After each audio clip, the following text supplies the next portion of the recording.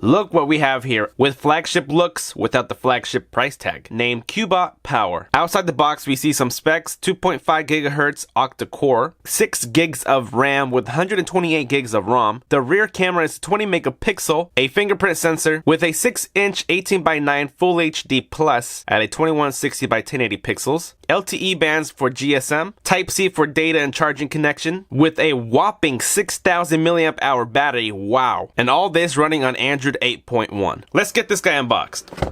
Let's pull this guy out. Not as heavy as I thought it was going to be. The rest of the stuff. SIM ejector tool, some bookwork, clear rubbery case here. I like thin cases.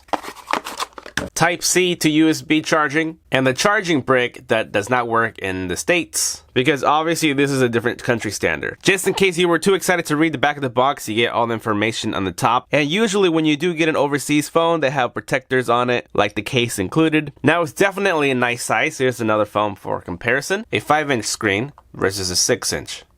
And another 6-inch screen versus a 6-inch. To quickly compare this to the Pixel, it is the same height. Cubot Power is actually a lot thinner in the width size. This does have dual SIM support. It is plastic. I think by now you guys should know that batteries in the back are not removable anymore. So the layout's in the middle with the camera and flash and the fingerprint. On the right side, we have the volume controls on the top portion, and then the power right by your middle finger instead of your pointer, your middle finger touching right there. Just a little bit of travel, but they do click. And on the left side, we have the SIM tray. Let's go ahead and remove that. Dual SIM and micro SD support. And the top, yay, we got a headphone jack. And on the bottom, we have the microphone, the USB-C charging port, and speakers. Let me do the teeth test.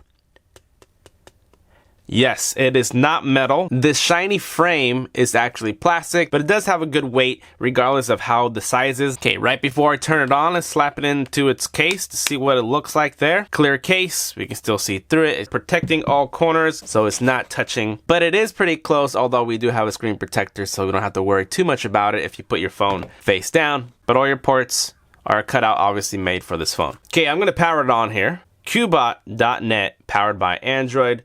That's a really bright screen. I don't know how my camera's gonna handle it. So we're welcomed here. Obviously, I'm not gonna go through it because you guys can. The thing I will do is go through the fingerprint, how many times it takes to register. So we're gonna go 1, 2, 3, 4, 5, 6, 7, 8, 9, 10, 11, 12, 13, 14. So 15 to get it in there. And there we go. Okay, let's test out that speed. Touch and unlock. Lock, touch, unlock. So it's a little slow, but it does work every time. So if I touch, it unlocks. Moving a little movement here, letting you know that you bring it up like this to go through all your apps. How much bloatware do we have? Just a Cubot battery optimizer and FM radio and the wireless update. So that's really not any bloatware in here. You're getting a pure system. Let's go into the settings. Now let's see if this does have the Android 8.1. There's Oreo. We can tap and hold, and we should get the octopus here. And we can move him around. Oh, nice and working. Nice to see these manufacturers are actually giving you the updated versions. The next step, I want to test out YouTube. And that's to test out the speaker. I'll go volume. So the audio is going to come from the left side. So right away, I can already hear that the speaker is not great.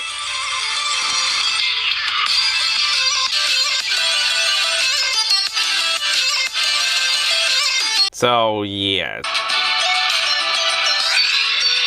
Yeah, no, I don't like the speaker on this. It is loud enough, but it doesn't sound enjoyable to listen to. And right before I go into the camera, let's go into the settings one more time and check out the storage. And we do have 128 gigabyte of storage with 10 gigabytes used for the operating system and whatever it needs to store on there. So we got a ton of memory. You really don't need an expandable memory card. Now the next thing is to test the camera. And the camera is supposed to be a 20 megapixel. Let me take a picture right here. So that's out of the box picture with HDR mode off. Let's turn that on. Do not move device during capturing. So I just took 2 pictures. It looks like this. This is the quality for it. Wow, I'm actually zooming in there pretty deep. There's an arrow, some filters. And we can see the bottom here. If we swipe over, we get to the video, panorama, night vision mode, and mono, and then there's pro, picture taken, And I will say that the picture quality does look pretty good, just judging by the screen here. I'm going to take a picture over here by my TV. There we go. All black and white. And I'm guessing the night mode just balances up the brightness. Okay, let's just go into the settings. Lots of information in there. You don't hear the picture getting taken because of that reason. You can turn that on if you want to hear the actual sound. Storage on the phone, noise reduction, electrical image stabilization, turn that on. Microphone, audio mode, you want to do it on normal. And video quality goes to 1080p. On to the video. So the video is recording right now. And I'm zooming in. And we're going to hear the audio by its own. And let's move over here. Let's go into my camera. We can see that I'm getting closer. Lumix G7. If you like the quality, in the description you can check it out. And go over. As you can see, the flickering is not obvious in this position. And let's move over and we see more lighting. Go up here. So that's the indoor video shot. This is outside.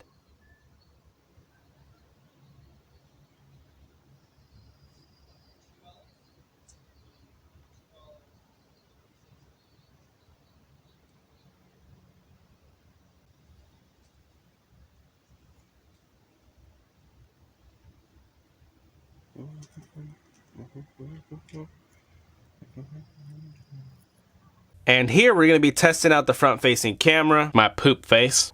Did one of those. There is also a mono. Now these are outdoor portrait photos. And there's video, so swipe across. So I'm outside. This is what it sounds like. I don't know why I itched my head. But to me, in my eyes, the camera doesn't look bad for the front-facing. It actually looks pretty nice. Press record. I'm now recording this front-facing camera. Moving over, as you can see, the background, the lighting in my face. All depends. Now this is landscaped. Same quality everything. Just going through the front-facing camera. And it looks to be pretty good. The lighting seems to be pretty good for the front-facing camera. Can you use this to do your own videos? It looks like it to me.